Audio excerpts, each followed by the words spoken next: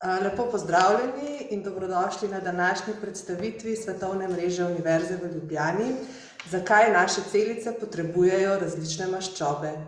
Predstavitev bomo tudi posneli in potem po predstavitvi delili posnetek z vami. Zdaj, sama Svetovna mreža Univerze v Ljubljani, ki jo krajše imenujemo SMUL, združuje in povezuje predvsem Slovenijo, povezane slovenske strokovnjake, znanstvenike, profesorje in druge ugledne osebnosti, ki delujejo v akademskem, raziskovalnem in znanstvenem okolju v tujini. Strani Univerze v Ljubljani si na različne načine prizadevamo za povezovanje z njimi, za krepitev sodelovanja s člani in članicami SMUL. Tako jih vključujemo v aktivnosti doktorske šole, člani in članice SMUL sodelujejo tudi na letnih srečanjih ter v različnih komisijah. Želimo pa si vzpostaviti tudi neposreden stik med študenti in zaposlenimi na Univerzi v Ljubljani in člani in članicami SMUL. Zato smo tudi nadgradili spletno stran, kjer se lahko študenti in zaposleni na Univerzi v Ljubljani prijavite svojo digitalno identiteto in se lahko neposredno povežete s SMUL-ovci, vkolikor imate kakršenkoli interes za sodelovanje, povezovanje z njimi, upravljanje izmenjav, mentorstvo in podobno. Tako da vabim vas, da si ogledate našo spletno stran, kjer lahko najdete podrobnejše opise o mreži in o možnostih sodelovanja. Veseli pa bomo tudi vaših predlogov za sodelovanje s člani in članicami SMUL. S predstavitvami dosežkov članic in članic SMUL, ki smo jih poimenovali Znanost za vse, smo pričeli v letu 2021 na pobudo prejšnjega vodstva Svetovne mreže Univerze v Ljubljani. In takratna predsednica je bila dr. Alenka Čopič, ki je tudi današnja predavateljica. In v okviru teh predstavitev člani in članice SMUL predstavljajo svoje dosežke, izsledke raziskav in pa dela njihovih raziskovalnih skupin. Posnetke dosedanjih predstavitev si lahko ogledate na naši spletni strani, kjer so tudi že napovedniki prihodnjih predstavitev. Naslednja predstavitev bo že 14. februarja in nato 7. marca. Sedaj pa besedo predajam dr. Mihaeli Pavličev, ki je predstavnica sveta SMUL, ki prihaja iz Univerze na Dunaju in bo v nadaljevanju tudi vodila in povezovala današnji dogodek. Hvala lepa, Katja. Lep pozdrav vsem, dobrodošli. Mislim, da so ti dogodki res nekaj posebnega, če pogledam, koliko slušateljev imamo. Res dobrodošli vsem študentom prav posebej. Mislim, da se lahko zelo dosti naučimo pri teh predavanjih. Veliko veselje mi je danes predstaviti Alenko Čopič. Alenka je magistrirala v Ljubljani iz biokemije in se potem odpravila na doktorat na Berkeley v sončno Kalifornijo. Ga končala, mislim, da 2006, če se prav spomnim.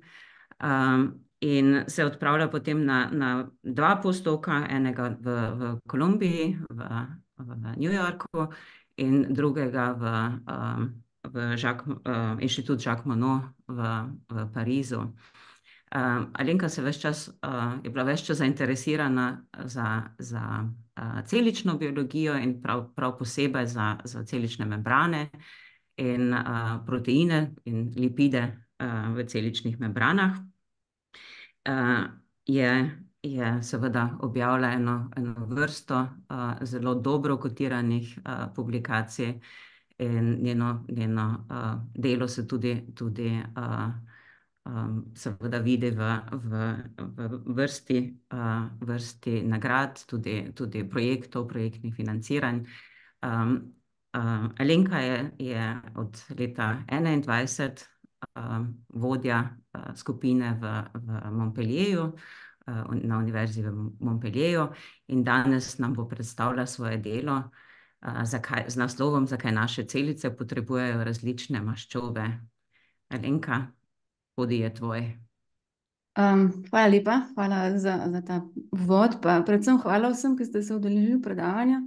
Ker malo presenečena sem nad velikim številom ljudi, ki ste tukaj prijavljeni.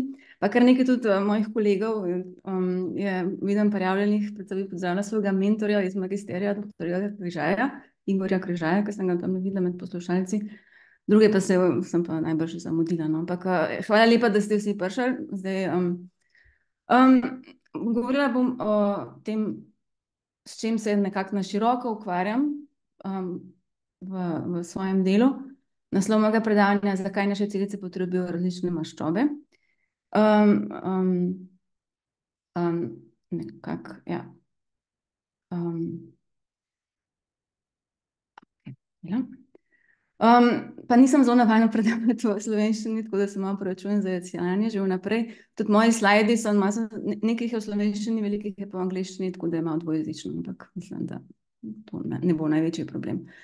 No, če naredim povzetek, to se pravi, v predavanju bom najprej predstavila, kaj so sploh to lipidi, oziroma maščobe, oziroma lipidi nekako bolj strokoven, širši izraz, kje v celicah se nahajajo in zakaj so pomembni. Kako se razlikujejo med sabo lipidi in zakaj je to pomembno za delovanje celic. Potem bom pa malo bolj predstavila raziskave, ki jih delamo konkretno v mojem laboratoriju, ker se ukvarjamo s transportom lipidov v celici, pa tudi z lipidnimi kapljicami. Bom razložila, kaj so to lipidne kapljice. Zdaj, poslali se tudi veliko vprašanj že vnaprej, veliko se jih nanaša na prehrano, ki nekako ni moje področje, ampak upam, da bo vsaj malce moje predavanje dotaknilo teh vprašanj. Mislim, da se bo. Matematičnih testov to bomo videli. Torej, zakaj so važni lipidi?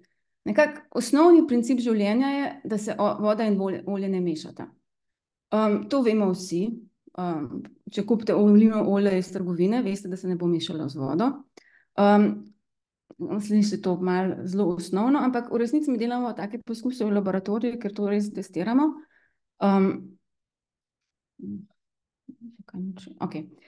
Torej, kadar delamo v laboratoriju poskus z oljem, ne kupimo olivnega olja iz trgovine, ampak kupimo olje po pošti v malo manjši ampuli, pa precej dražje. Ta ampola, kot vidite, je zaprta, zato ker olje rade oksidirajo, tako da s tem je zaščiteno pred oksidacijo. Zdaj, to olje, kaj je to olje? Ta ampola vsebuje triolin, to je ena vrsta triglicerola. Kaj je to triglicerol? To so molekule, ki so zgrajene iz glicerola, alkohola s 3 hidroksilnimi skupinami, pa maščobnih kislin. Torej, alkohol je zaestren s temi 3 maščobnimi kislinami. V primeru triolina so to 3 oleinske kisline, ki imajo 18 ogljikov, pa eno dvojno vez. In zdaj, zakaj to olje, ki ga mi kupimo, je zelo drago, zato ker je zelo čisto in vsebuje v veliki meri samo triolin. Medtem ko tole olje iz trgovine, iz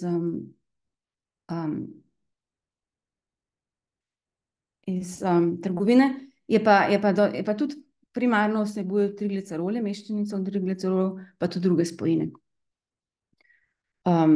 Je pa bolj okusno zaradi tega, tako da tega triolina, ki ga mi kupimo, vam ne priporočam za solate. No, in zdaj gremo na ta poskus. Torej, hočemo videti, da če se olje in voda mešata, in zato pač vzamemo to čisto olje in eno vodno raztopino, damo na vrh vodne raztopine eno kapljico olja in potem zelo, zelo zmešamo in gledamo, kaj se zgodi. In se ne zgodi nič. Še zmeraj imamo to vodno raztopino, pa na vrhu vodne raztopine je ta kapljica olja, ker je olje lažje od vode, zato ker je manj gosto od vode. Zdaj pa v drugem delu poskusa pa dodamo en emulgator.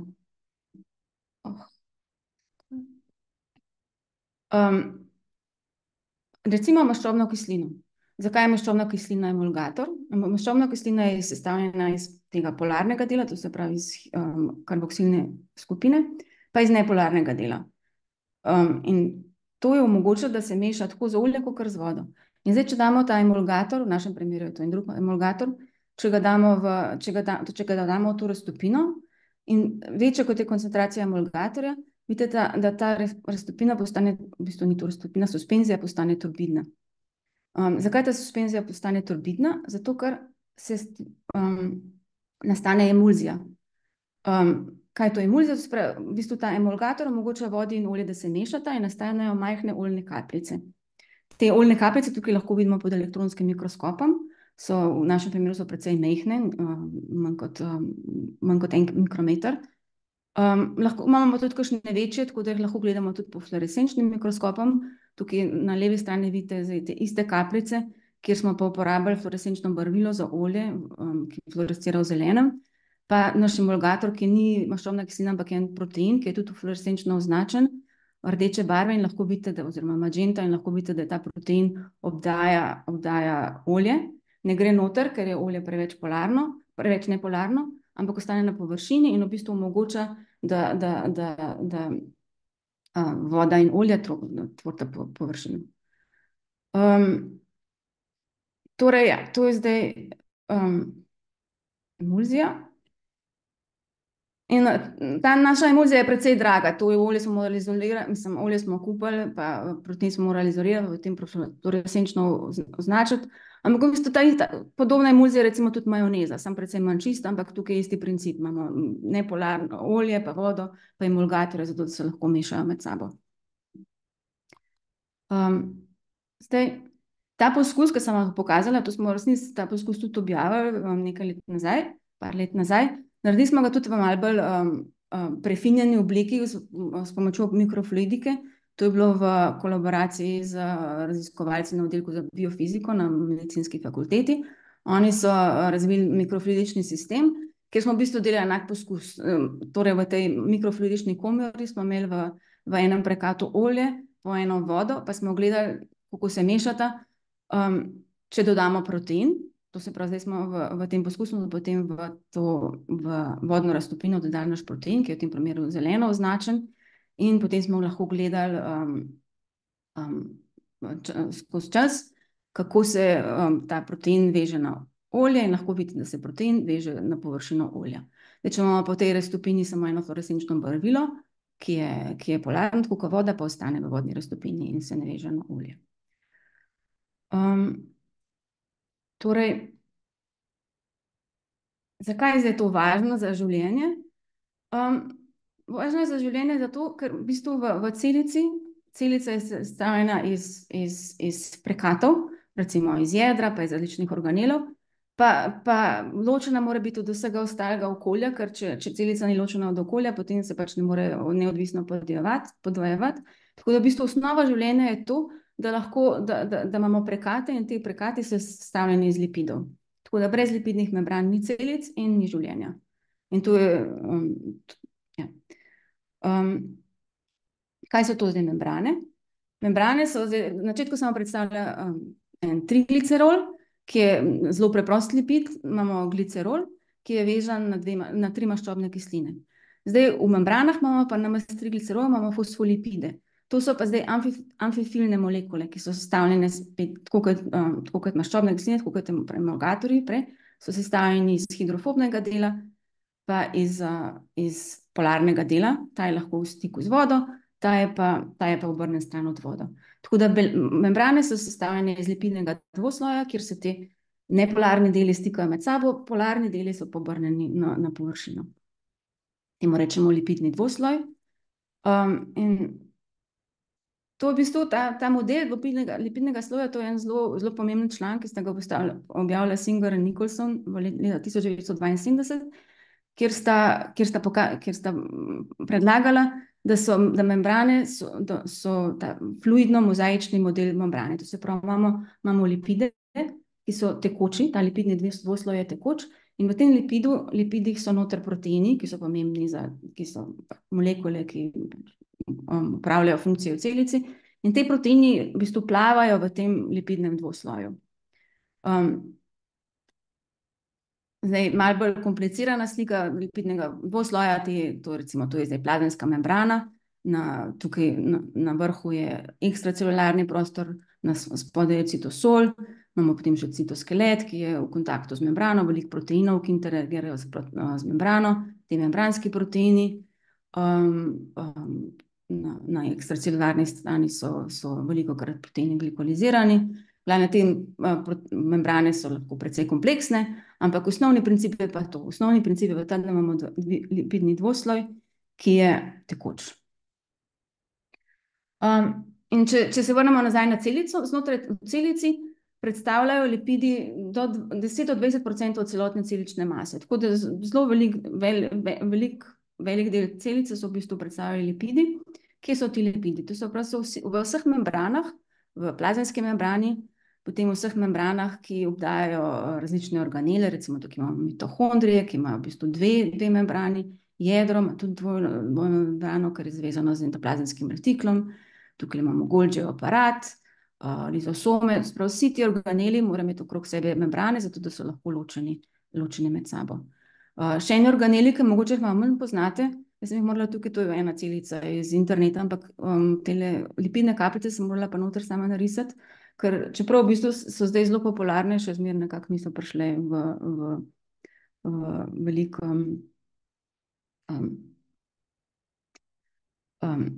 v velikih slikah celih še zmeraj manjkajo lipidne kapljice. Torej, to je ena taka standarden diagram celice. Zdaj, v resnici ta celica izgleda je precej bolj komplicirana. Tukaj imamo zdaj eno sliko iz mikroskopa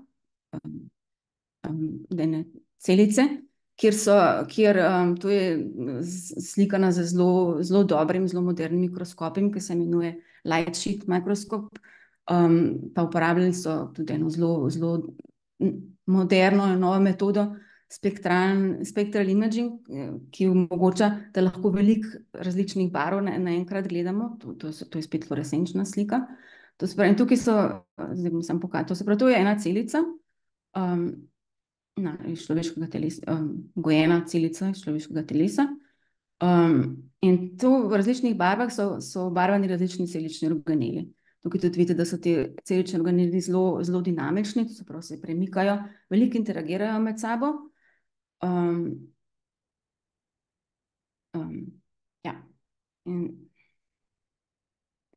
zdaj, če pogledamo, kaj so zdaj te različne barve, ta slika, tukaj je referenca članka, iz laboratorija Jennifer Lippincott-Schwarz, ki je ena zelo napredna znanstvenica za razvijanje novih mikroskopskih metod. No, glavno tukaj je ta ista celica, vidite, obarvane so iz 6 različnih organelov. Imamo obarvan endoplazemski retikel tukaj, ki je po celi celici zelo razvejan. Potem imamo mitohondrije, ki so tudi v bistvu precej razvejani. Potem imamo peroksisome, tukaj je Golgijev aparat, ki je nekako jedro ni obarvano, tukaj je jedro. Golgijev aparat je zmerno tako pri strani jedra, lizosome, pa lipidne kapljice, tukaj lahko tudi vidite obarvane. Celica je ena zelo kompleksna reč in napolnjena z organeli, in vsi ti organeli so obdani z membranami.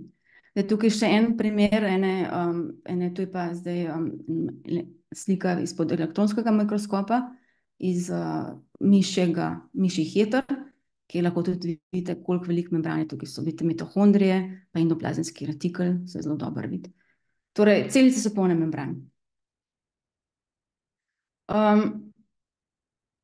Rekla sem, da so te membrane sestavljene iz lipidnih dvoslojev, kjer so te molekule fosfolipidov, recimo, so obrnjene ena proti drugi. Imamo tudi v lipidnih dvoslojih, imamo recimo holesterol, ki je tudi amfifilen lipid, torej ima polarni del, v tem primeru je to ena hidroksilna skupina, pa nepolarni del. To se pravi, holesterol se tudi nahaja v membrani, v enem ali pa drugem sloju. Potem je pa še ogromno različnih vrst lipidov, ki se jih najde v celicah. Neke ocene so več kot 10.000 različnih lipidov je bilo že identificiranih. V čem se zdaj ti lipidi, te strukture so lahko zelo različne. No, ampak recimo če se vrnemo nazaj na ta naš fosfolipid, fosfolipid se lahko razlikuje v sestavi te polarne glave. Torej, kaj je vezan to se pravi na glicerol, imamo potem vezano eno fosfatno skupino, potem so pa tukaj različne polarne skupine. Recimo tukaj na tej sliki imamo fosfatidilholin, ki je en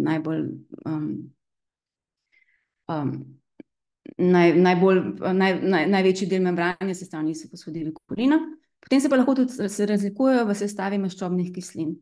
In sicer imajo te maščobne kisline lahko različno število ogljikovih atomov, tukaj recimo lahko so krajše ali daljše, potem pa tudi imajo različno število dvojnih vezi. Recimo lahko imamo nasičene maščobne kisline, potem pa mononenasičene, to se pravi, da imajo samo eno dvojno vez, ali pa polinenasičene. Tukaj so zdaj te slavne omega-6 in omega-3 maščobne kisline, ki imajo več dvojnih vezi. Zakaj se jim reče omega-3 in omega-6? Mislim, da tega v bistvu štejemo tukaj, to je ta prvi ogljikov ogljik, to se pravi omega-3 so maščobne kisline, ki imajo tukaj na ta tretjem ogljiku dvojno vez. Omega-6 so pa maščobne kisline, ki imajo na šestem ogljiku maščobno vez. No, in teh maščobnih kislin je lahko zelo veliko. To se pravi, te maščobne kisline se razlikujejo tako v dolžini, kot v številu nenasičenih vezi. Dolžina gre pa nekako v bistvu 22, lahko je tudi 24, ne več. Ok. Zdaj, če se vrnemo nazaj na naše olje, se pravi, ta triolin, ki smo ga mi kupili za naše poskuse, sem rekla, da je zelo čist, v glavnem je samo iz triolina sestavljen. Zdaj, olivne olje je pa ena mešanica različnih triglicerolov, ki imajo različne maščobne kisline, ampak če gledate v tabeli, v bistvu glavna je pa še zmeraj v olivnem olju je ta triolinska kislina, nekako 75% olivnega olja predstavljajo trigliceroli, ki vsebujejo olinsko kislino. Okay. Kaj pri lipidih, kakšne lastnosti lipidov se spremenijo s temi maščobnimi kislinami? To je v bistvu ena stvar, ki jo dobro poznate, recimo, če greste v trgovino pa kupite maslo. Maslo je sestavljeno iz nenasičenih maščobnih kislin, ki imajo višjo talilno temperaturo, zato so pri sobni temperaturi trde. Zato niso zelo dobre za membrane, ker membrane morajo biti fluidne, vsaj če jih je zelo veliko v membranah. V maslu so pa dobre. Torej, maslo je predvsem mešanica nasičenih maščobnih kislin, potem pa, in kot vidite, recimo, če se daljša število ogljikov, se potem tudi večja talilna temperatura. Zdaj, če pa dodamo eno dvojno vez, se pa talilna temperatura zniža, tako da recimo tukaj, če gremo če imamo olinsko kislino, je pri sobni temperaturi že tekoča. In več, ko imamo potem dvojnih vezi, bolj so pri nižji temperaturi so te maščobne kisline tekoče, oziroma trigliceridi, so iz njih sestavljeni. Zdaj, kar je zanimivo, to, da v bistvu v naših membranah imamo zdaj te različne fosfolipide, ki vsebujejo različne maščobne kisline. Kar je zanimivo, zdaj, če gledamo po različnih tkivih, je vsebnost maščobnih kislin v fosfolipidih lahko zelo različna. To je tukaj iz ene študije, kjer so gledali vsebnost maščobnih kislin v fosfatidilkolinu, kot sem rekla, en glavnih komponent membran.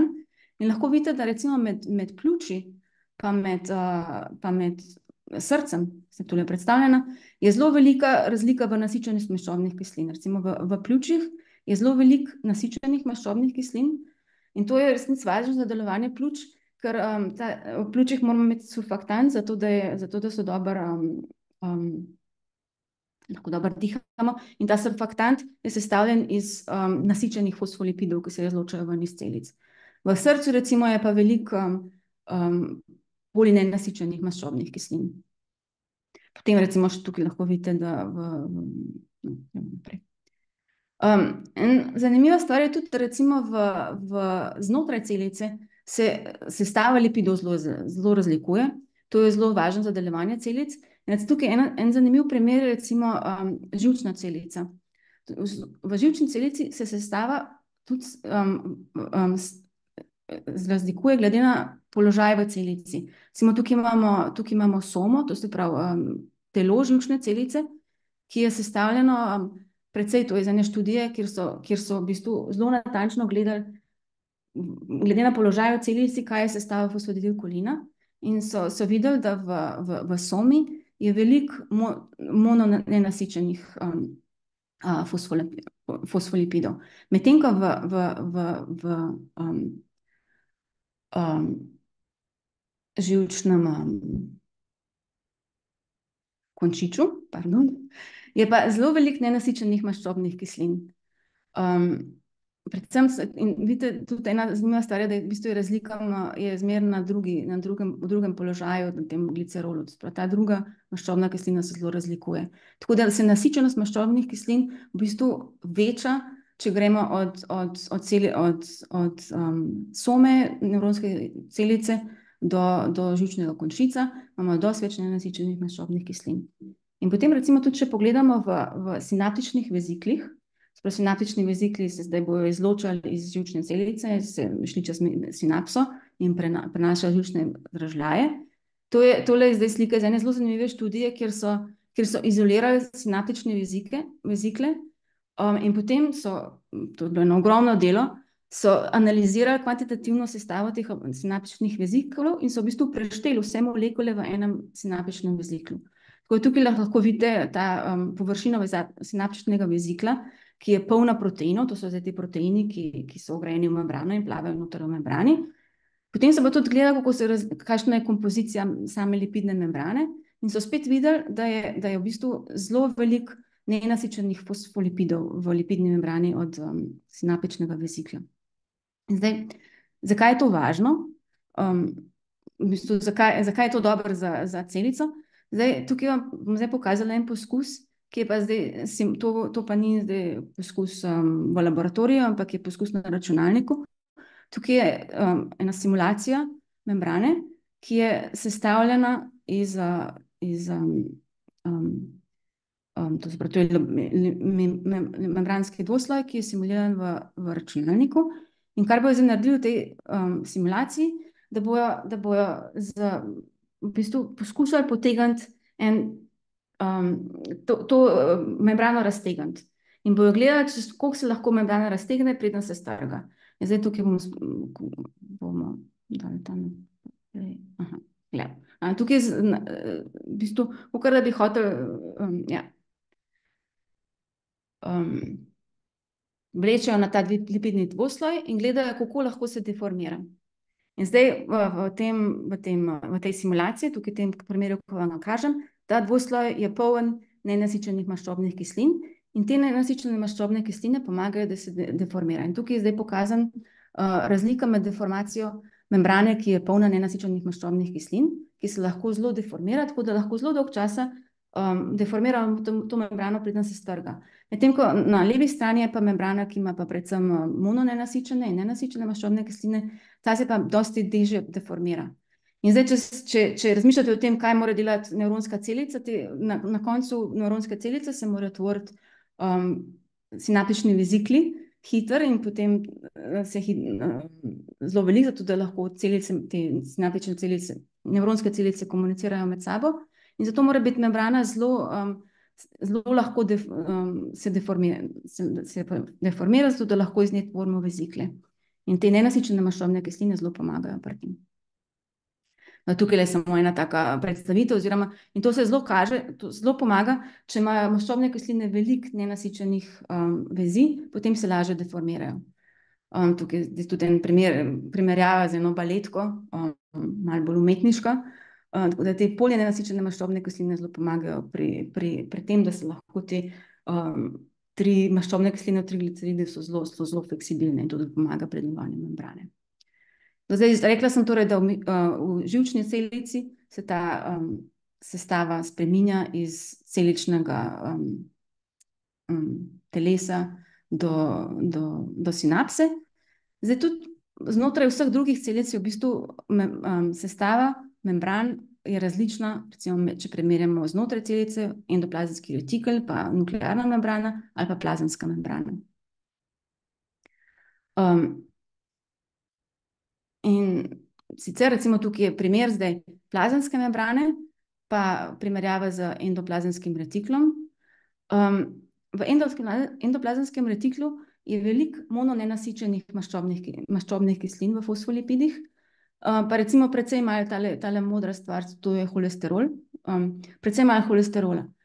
Nasprotno je pa v plazemski membrani je pa več nasičenih maščobnih kislin, v fosfolipidih pa tudi več holesterola. Zakaj je to dobro?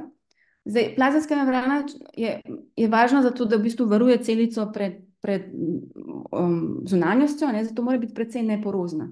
In če imamo te nasičene maščobne kisline pa holesterol, te pomagajo, da je membrana nekako kompaktna.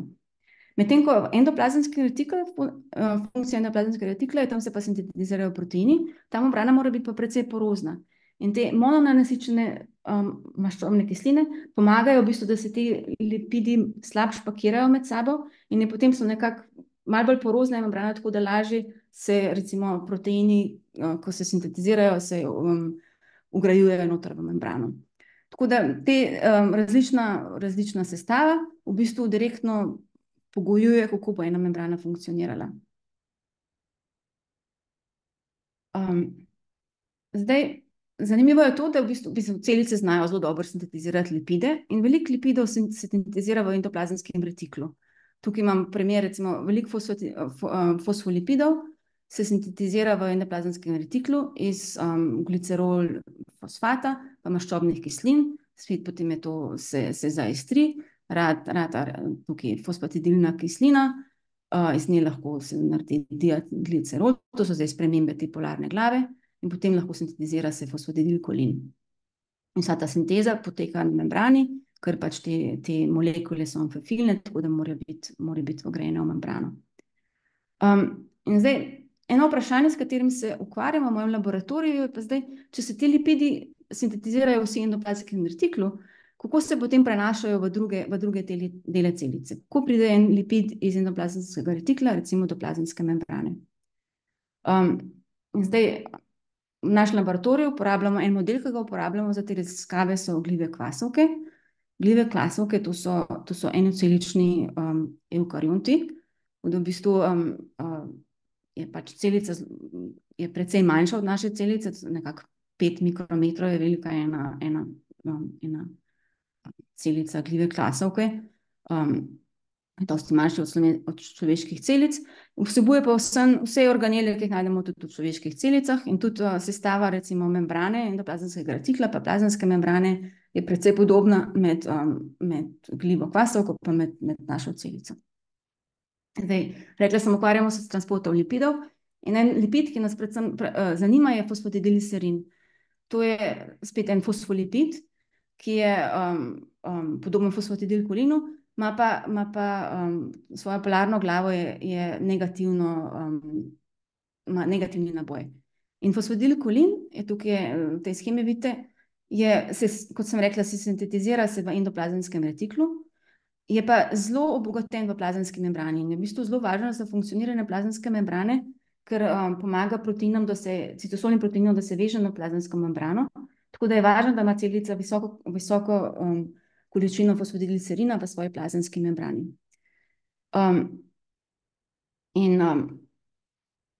Kako pride fosfatidilkolin do plazemske membrane? Zdaj, zato, da lahko en lipid prenašamo iz ene membrane v drugo, moramo pomagati, ker lipidi se ne marajo mešati z vodo, kot smo že na začetku videli. In zato ima celica transportne proteine za lipide. In tukaj je primer enega proteina, ki ga mi študiramo, to je protein, ki se nahaja v glivicah, ima malo čudno ime, ker glivice imajo zmeraj čudna imena, imenuje se OŠ6. So pa zelo podobni proteini obstajajo tudi pri človeku.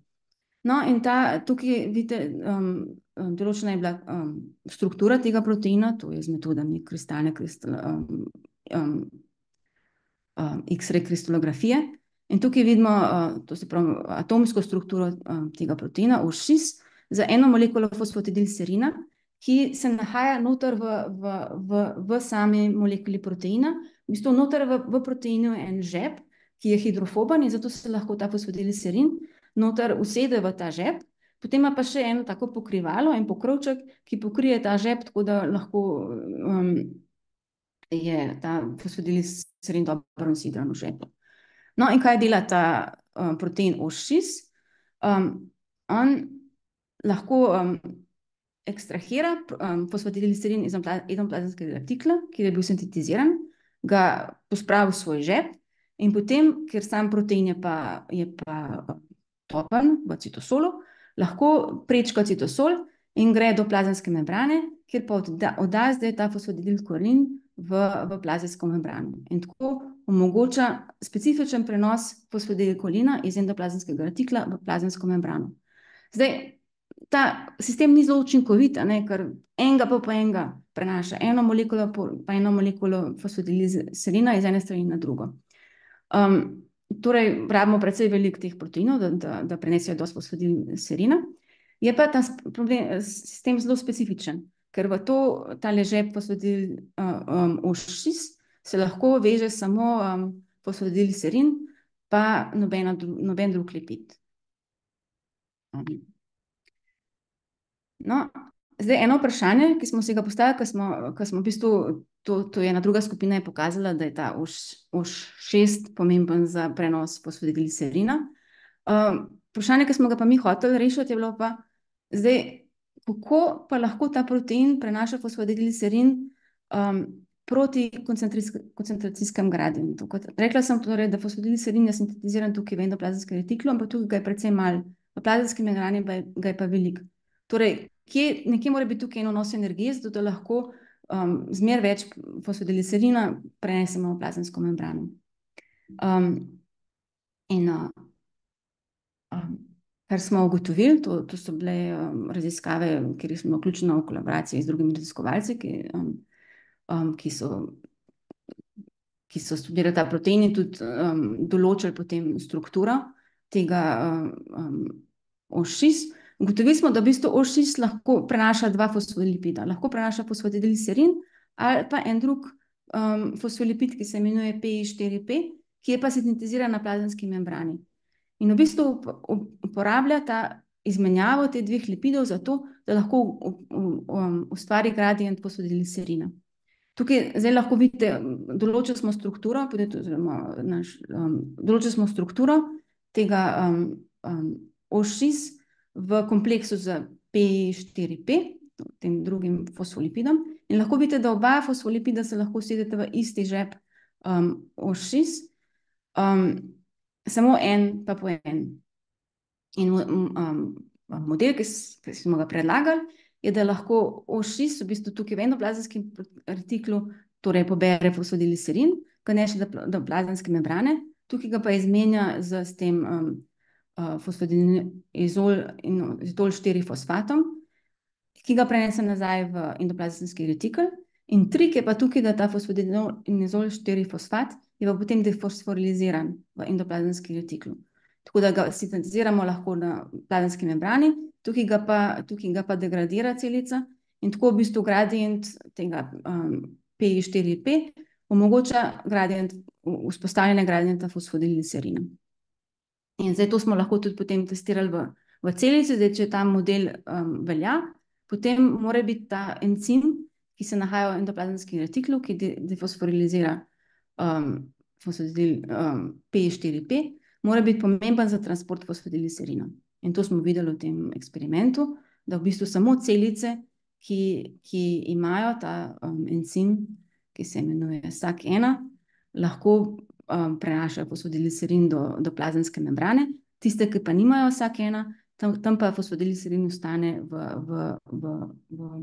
znotraj celice, v bistvu v endoplazemskem retiklu. Ok. No in potem, če se navežem nazaj na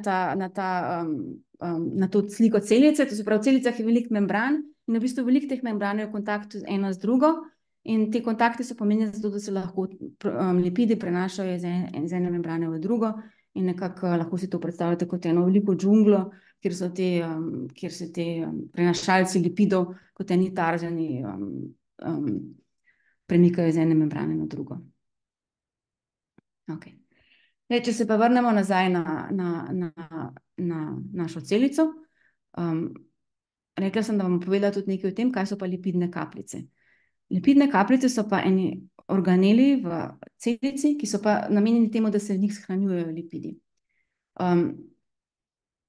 in so precej zelo drugačne kot vse drugi organeli, ker namesto, da bi bila notranjost organela napolnjena z vodo, kot recimo v endoplazmskem retiklu ali pa mitohondriju, je notranjost tega organela napolnjena z oljem.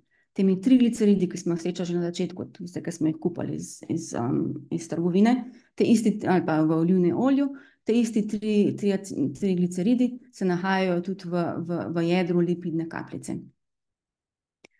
No, in te lipidne kapljice se najdejo v vseh celicah. V bistvu naše maščobne celice so specializirane za shranjevanje lipidov, tako da je v bistvu cela celica je napolnjena z eno lipidno kapljico. Tukaj vidite lahko maščobno tkivo, zdaj ta prekat je ena celica, je bele barve, zato ker je toliko polna maščob, da v bistvu izgleda bela. Zdaj pod elektronskim mikroskopom lahko vidite to maščobno celico, ki ima eno ogromno lipidno kapljico, tukaj je jedro celično, ki je nekako stisnjeno ob stran celice, pa en mitohondrij. Vsi organeli so še zmeraj tukaj, ampak ta lipidna kapljica je zazela skoraj cel prostor v celici. Tudi v vseh drugih celicah, v večini drugih celicah imamo lipidne kapljice, recimo tukaj ena mišična celica ali pa ena helija celica, ki jo gojimo v laboratoriju, naše glive kvasovke imajo tudi lipidne kapljice, ali pa tudi nekatere bakterije, recimo tale mikobakterija ima tudi lipidne kapljice vse. Zdaj, te lipidne kapljice, kako se tvorijo? Lipidne kapljice se tudi sintetizirajo v endoplazmskem retiklu, se začne sinteza, tako kot prej fosfolipidov, samo da namesto, tukaj so encimi, ki sintetizirajo fosfatidilkolin, recimo, te sem prej pokazala, imamo pa tudi encime, ki lahko sintetizirajo trigliceride, in to so pa zdaj ta olja, ki se bojo pa spravljali v lipidno kapljico. Tako da tukaj se začnejo te trigliceridi sintetizirati, in potem se lipidna kapljica loči od endoplazmskega retikla in nastane pač to samostojen organel, ki je noter v citosolu. Zdaj, rekla sem, recimo, če gojimo celice v laboratoriju, recimo tole ena hela celica, to so standardne celice, ki jih lahko gojimo zelo lepo v laboratoriju, rakave celice, tako da se lahko dolgo časa podvojujejo. In tukaj recimo imamo eno hela celico, ki jo gojimo v normalnem mediju. Lahko vidite te majhne lipidne kapljice, ki jih lahko barvamo z fluorescenčnim barvilom, ali pa lahko tudi gledamo protein, ki se veže okrog teh lipidnih kapljic.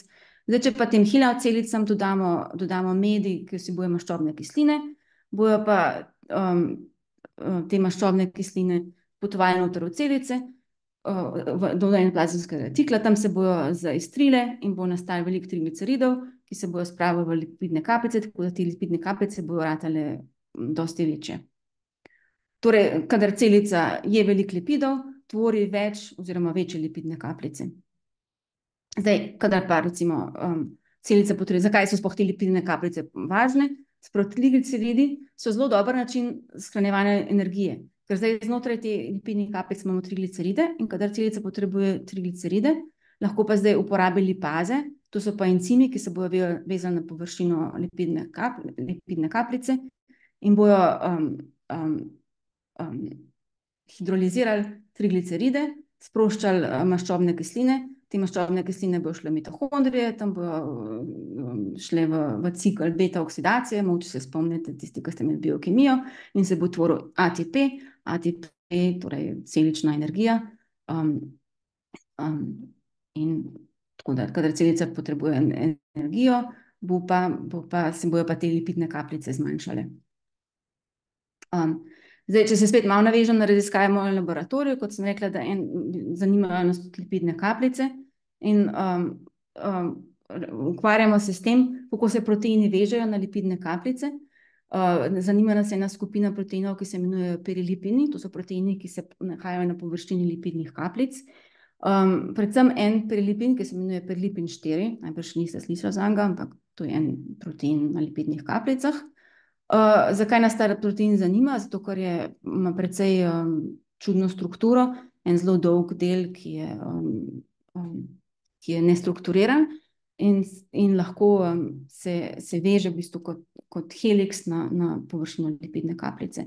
In v bistvu tiste eksperimenti, ki sem vam kazala na začetku, kjer smo delali eksperimente, smo mešali vodo pa olje, tam smo kot emulgator uporabljali ta prilipin 4, ki smo ga prej izolirali iz celic, in smo pokazali, da v bistvu ta prilipin 4 lahko samo od sebe, to se pravi, če imamo samo protein pa olje, lahko tvori dobre kapljice.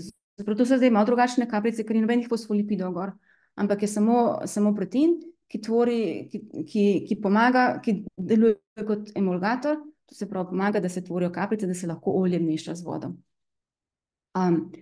In kot sem rekla, ta protein ima en zelo dolg del, ki lahko tvori heliks, in ta heliks v bistvu je amfifilen, tako kot recimo fosfolipidi, in lahko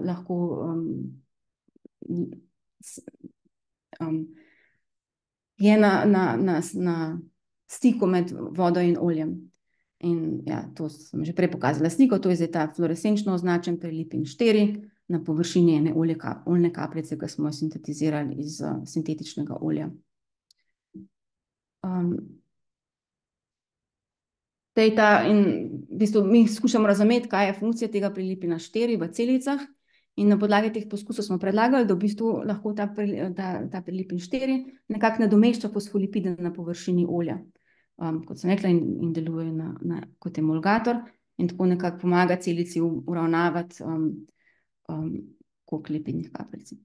No, in tukaj je pa samo še ena slika neobjavljena iz prilipina 4. Prilipin 4 je v bistvu zelo veliko je v lipocitnih celicah. In tukaj so pa te torej maščobne celice, ki jih gojimo v laboratoriju. Kadar jih gojimo v laboratoriju, takrat nimajo ene same lipidne kapljice, ampak jih imajo več, ampak so vsem zelo velike.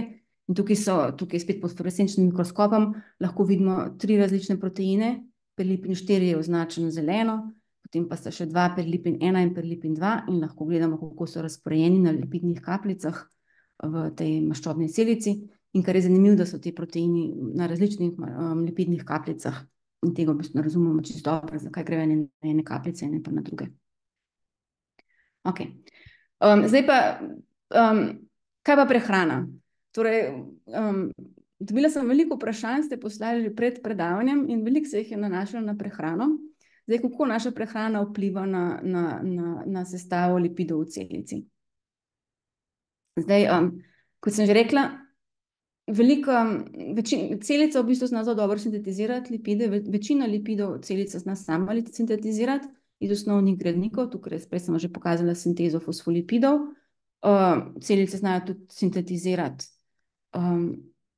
maščobne kisline iz prvata, pa acetilkoencima A, potem tudi recimo holesterol znajo sintetizirati, to je ena dolga sintezna pot, veliko encimov, ampak vsi ti lipidi so v bistvu lahko vsaka celica neodvisno sintetizira svoje lipide. Tako da večino lipidov ne potrebuje iz prehrane. Ena razlika recimo so pa tele nenasičene maščobne kisline. Torej, celica zna dobro sintetizirati maščobne kisline, ne zna pa vseh tehle dvojnih vezi narediti. In recimo zna narediti tole dvojno vez v trioleinu, ki se nahaja na sredini molekule, ne zna pa narediti tele dvojne vezi, to se pa omega-3 dvojne vezi, pa omega-6 dvojne vezi pa ne zna narediti. In tele maščobne kisline moramo pa mi ljudje, jih moramo pojesti, zato da lahko se potem na podlagi njih se tudi sintetizirajo vse te druge vezi pa zna narediti. Tako da nekatere lipide moramo pa tudi jesti, zato da jih imamo dovolj. Zdaj, katere hrane so bogate v nenasičenih maščobah. Torej, prej sem rekla, olje smo že prej pogledali. Olje ima predvsem veliko trioleina, to se pravi mononenasičenih maščobnih kislin, recimo tukaj v primerjava z lanenim oljem, pa olji iz različnih oreškov, ti imajo pa veliko tudi polinenasičenih maščobnih kislin, recimo omega-3 in omega-6. Ali pa recimo ribje olje, ima tudi veliko polinenasičenih maščobnih kislin. Tako da so hrane, ki so bogate v polinenasičenih maščobnih kislinah, in te vsaj do neke mere jih rabimo, ker ne moramo vsak sami sintetizirati. Zdaj, a je to, kaj jemo, a to vpliva na to, kako so naše celice sestavljene? Zdaj, tega vam ne moramo v bistvu odgovoriti, ker to so potem zdaj zelo komplicirana prehrambena vprašanja, ker ljudje smo komplicirani, to se pravi, kaj mi pojemo, potem bo to zelo odvisno od tega, kakšni procesi so v našem telesu, kaj bo razrez prišlo do celice. Ampak recimo v primeru teh naših HeLa celic, ki jih golimo v laboratoriju, ti so pa v bistvu se zelo odzivajo na to, kakšne maščobne kisline jim damo. Tako da tukaj je zdaj spet ta poskus, ki sem ga že prej pokazala, kjer dodamo v medi maščobne kisline in te maščobne kisline se lahko zaistrijo in grejo v trigliceride, lahko grejo pa tudi v membrane. In recimo, če gledamo sestavo celic, teh v gojenih celic, v odvisno od tega, katere maščobne kisline damo v medi, se sestava zelo hitro spremeni. Recimo, če dajemo več nenasičenih maščobnih kislin, se bo sestava fosfolipidov v membranah spremenila in bojo malo obogateni, v bistvu tukaj ni nič velika razlika, malo več bo tega nenasičenih fosfolipidov. Zdaj, če damo recimo triolin, se poveča, če damo olinsko kislino, se poveča količina olinske kisline v fosfolipidih. Še večja je pa odzivnost, če dodajemo nenasičene, tukaj pa zelo velika odzivnost, če dodajemo nenasičene maščobne kisline. Recimo tukaj, če pogledate tole 18,2 maščobno kislino, je v navadnem mediju je skoraj ni, ker v celicah teh ne zna sintetizirati, kadar pa dodamo, se pa zelo poveča koncentracija teh polinenasičenih maščobnih kislin v fosfolipidih. In to vidite, ta odzivnost je visoka v primeru vseh polinenasičenih maščobnih kislin.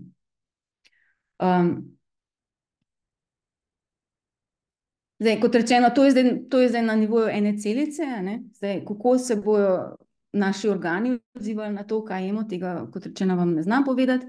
Lahko vam povem, da recimo, kaj se zgodi, če jemo veliko maščob, se seveda povečajo lipidne kapljice, poveča se naše maščobje, imamo več maščobnih celic, imamo pa tudi večje maščobne te lipidne kapljice v maščobnih celicah, tako kot sem že prej pokazala o HeLa celicah. Tukaj recimo je primerjava maščobnega tkiva iz ene miške, ki je normalno, kontrolno, to se pravi prehrano, ki je nekako uravnotežena v maščobah, tukaj pa eno maščobno tkivo iz miške, ki je prehrano z zelo veliko maščobami in vidite, da ta miška ima maščobne celice z zelo velikimi lipidnimi kapljicami. Ali pa če se vrnemo prej na primer tisti heter, ki sem jih že prej pokazala, tukaj so zdaj v trodimenzionalni obliki pokazane, to je zdaj elektronska mikroskopija teh heter iz miške. Ta je miška, ki je hranjena z normalno prehrano, to je nizko vsebnostjo maščob. Tukaj pa je ena miška, ki dobiva hrano z visoko vsebnostjo maščob in lahko vidite spet, kako se pri tej miški naberejo lipidne kapljice, pa tudi drugače se sestava celice zelo spremeni. Ne samo recimo tudi mitohondriji se zelo spremenijo, kadar je visoka vsebnost maščob v jedrih, pa v bistvu te kontakti med različnimi organeli se tudi spremenijo. Tako da vsekakor na to, kaj jemo, vsekakor vpliva na naša jedra, verjetno pa tudi na naše druge membrane. Zdaj, ja, priporočil na to, kaj je dobro res pa kaj ne, vam raje ne bi dajala, ker mislim, da en povzetek, ki bi ga lahko naredila, je, da naše celice potrebujejo vse maščobe, ampak potrebujejo pa tudi raznolikost maščob. Zdaj, tole je slika moje skupine, letos od polet. In s tem mislim, da sem prišla do konca svojega predavanja. Se vam zahvaljujem za poslušanje, pa če so kakšne vprašanja. Ja. Lepa hvala, Alenka.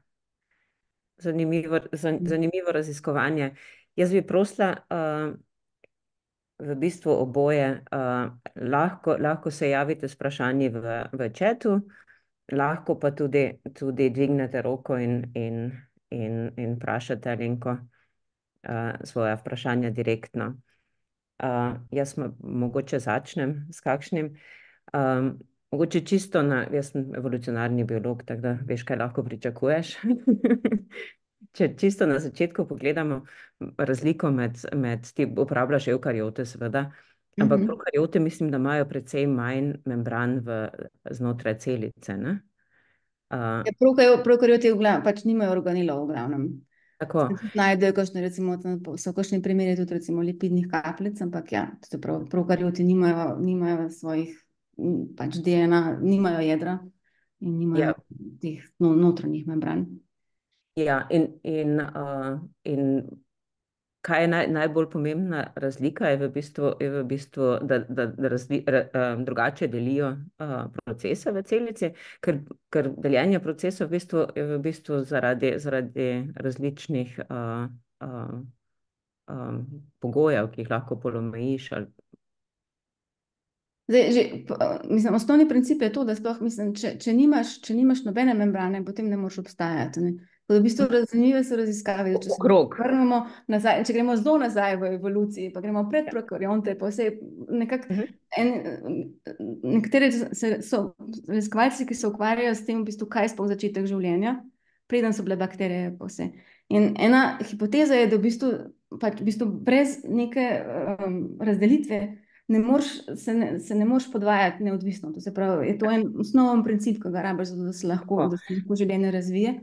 In da v bistvu v teh predcelicah so bile maščobne kisline, to je ena hipoteza, da so maščobne kisline lahko tvorile membrane. Potem tudi poskusi, ki jih ljudje delajo, kažejo, da so maščobne kisline kak najbolj preprost način, kako lahko narediš membrane, ki bojo ločevale dva prostora med sabo. Ja. Jaz mislim ne samo na ločevanje celice same od okolja, ampak tudi na kompartmentalizacijo na te notranje membrane, kot so endoplazmatik retikulum in te membrane, ker mislim, da nekaj notranjih membran pri prokariotih še obstaja, samo kompleksnost je dosti manjša, ne? Zdaj, v bistvu sprašujem, če ste v katerih, ne vem, ker sem specialist v eukariote, ampak ja, nekatere bakterije recimo imajo kakšne membrane notranje, so pa recimo potem imaš to celo, recimo mitohondriji so se razvili iz bakterij, en eukariont pojedo na bakterijo in je v bistvu ta bakterija postala mitohondrij. Zdaj, v bakterijah so tudi procesi, v bistvu membrane so važne za organizacijo procesov, lahko imaš tudi procese organizirane na površini membrane. Zdaj, v bakterijah so pač manj ločene med sabo, kakor v eukarionskih celicah. Ja. Ja, v redu. Samo malo. Mislim, Alenka, lahko tudi nehaš deliti. Ja, stop share, ja. Tu imamo tudi eno vprašanje. Urban Vidergar se zahvaljuje za predstavitev. Vprašanje, do kolikšne mere se lahko maščobna celica polni, preden je popolnoma polna in ne more več nositi lipidov. Vprašanje je, koliko lahko maščobna celica zraste. Zdaj, recimo, kadar v teh miškah ali pa recimo pri debelosti je povečano tako število celic v maščobnem tkivu kot velikost lipidnih kapljic. Tako da zdaj, koliko lahko celica zraste, to je odvisno od, mislim, pač velikost celice je pogojena z lastnostmi celice, tako da recimo te maščobne celice so lahko nekako do 100 mikronov ali pa do 150 mikronov velike, večjih ni. Zdaj, to je odvisno od velikih parametrov, a ne, mislim, ja, tako da pač recimo to bo tudi, kako celice interagirajo med sabo, bo določa, koliko lahko zrastejo, pa notranji parametri celice. Tako da zdaj, če bo, ja, to se pravi, z višjo prehrano, prehrano z več maščobami, bo pač ratal tudi več maščobnih celic. uh, ena od slajdov, ki si jih pokazala, je da imajo različni organi različne sestavo maščobno. Se to nanaša na tudi različno membransko sestavo? Ja, absolutno. Recimo mitohondriji so zanimivi. Recimo, tudi to je, recimo, če se navržem nazaj na bakterije. Bakterije imajo precej drugačne lipide, kot eukarionske celice. In mitohondrije imajo nekatere lipide, ki jih v bistvu ne najdemo v drugih organilih. En najbolj znan je kardiolipin, ki je zelo obogaten v mitohondrijih, pa ga nimamo v drugih membranah. Tako da ja, membrane pač različnih organelov so precej različne. Ja. Enih bolj kot drugih. Ja. Ja, in znotraj, če pogledaš preko vrste, podobni organi, podobna sestava. Se ne vem, seveda ne vem, koliko je tega dela sploh narejenega, da se ve točno celična membrana v istih organih oziroma v istem tipu celice v različnih preko vrst. Kar sprašujem je v bistvu, koliko je te strukturne evolucije, koliko se spreminjajo maščobe med vrstami, kako hitro. Malo, mislim, se veliko spreminjajo, recimo posebno kakšne vrste, ki bolj izstopajo, recimo tele silega, zdaj se že pogovarjajo bolj v strokovnih stvareh, silega so zelo čudni, ki imajo precej drugačnih lipidov, nematode, kakor druge živali.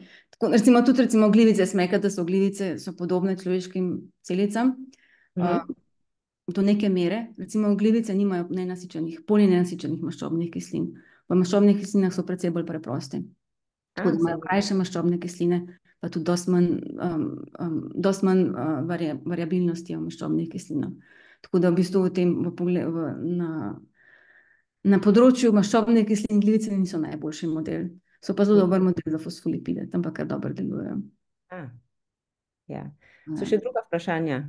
Ja. Tukaj imamo. Kakšna je razlika med bež rjavim maščobnim tkivom? Zanimivo vprašanje. Rjavo maščobno tkivo je tam v bistvu razlika v tem, kako uporabljaš lipidne kapljice. V belih maščobnih celicah so lipidne kapljice namenjene predvsem za shranjevanje energije in potem se ta energija lahko uporablja rjave maščobne celice so pa namenjene za termogenezo.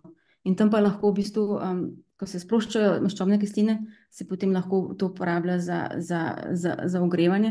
Tako da v bistvu je velika razlika v tem, v mitohondrijih, pa v tem lipidne kapljice so v kontaktu z mitohondriji in recimo v rjavih maščobnih celicah imaš dosti več kontaktov med lipidnimi kapljicami in pa mitohondriji, ki pomagajo, da se na drugačen način te maščobne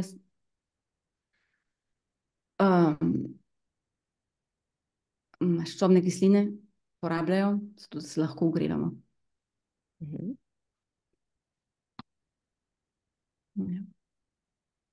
So še vprašanja? Jaz imam še eno bolj detaljno, čisto praktično. Pokazala si celično kulturo, mislim, da adipocitov verjetno. In zgleda, kot da zgleda malo drugače, kot adipociti drugače izgledajo v tkivu. Vemo, zakaj? Se kaj ve? Ne vemo, zakaj. Mislim, en razlog vemo. En problem te kulture, ki sem jo pokazala, je, da v laboratoriju gojimo celice, jih gojimo na gojišču in jih gojimo v bistvu v 2 dimenzijah. Tako da, kar je drugače kot v tkivih, tkiva so pa trodimenzionalna. Tako da ena razlika je, recimo to smo tudi poskusili z mojimi kolaboratorji, gojiti maščobne celice v 3-dimenzionalni kulturi, kar se zdaj zna zelo dobro delati, in tam postanejo te lipidne kapljice večje, še zmeraj pa ni tako kot v tkivu. Tako da v tkivu imaš res velikokrat, imaš to eno samo lipidno kapljico, ki napolni celo celico, v dvodimenzionalnih kulturah nikoli ne vidiš tega fenotipa.